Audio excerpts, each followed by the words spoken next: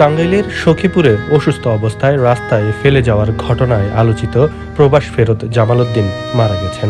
সোমবার বিকেল ৩টার দিকে ভাতিজি ইসমত আরার বাড়িতে তার মৃত্যু হয়। গত ২ আগস্ট রাতে উপজেলার কালমেঘা এলাকায় অসুস্থ জামাল উদ্দিনকে রাস্তায় ফেলে যাওয়ার অভিযোগ ওঠে তার স্ত্রী ও পরিবারের সদস্যদের বিরুদ্ধে। ১ যুগ ১২ বছর বিদেশ করেছিল, সেই টাকা কামাই করে বউ ফুলানে খাইছে।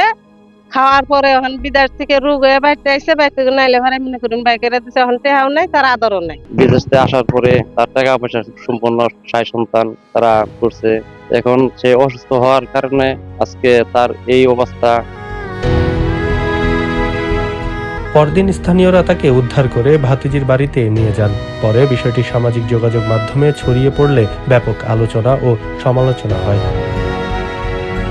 গত ৬ আগস্ট এলাকাবাসীর আর্থিক সহায়তায় তাকে সখীপুর উপজেলার স্বাস্থ্য কমপ্লেক্সে ভর্তি করা হয়। জামাল উদ্দিন দীর্ঘদিন সৌদি আরবের প্রবাসী ছিলেন। কয়েক মাস আগে অসুস্থ হয়ে দেশে ফেরার পর থেকে স্বাভাবিকভাবে চলাফেরা করতে পারছিলেন না। একদিকে ফেলে যাওয়ার পর প্রায় ২ সপ্তাহ পেরিয়ে গেলেও স্ত্রী ও সন্তানরা তার খোঁজ নেননি বলে স্থানীয়দের অভিযোগ। তবে স্ত্রী রিনা আক্তার দাবি করেছেন প্রায় ২.৫ মাস আগে তিনি জামাল উদ্দিনকে তালাক দিয়েছেন।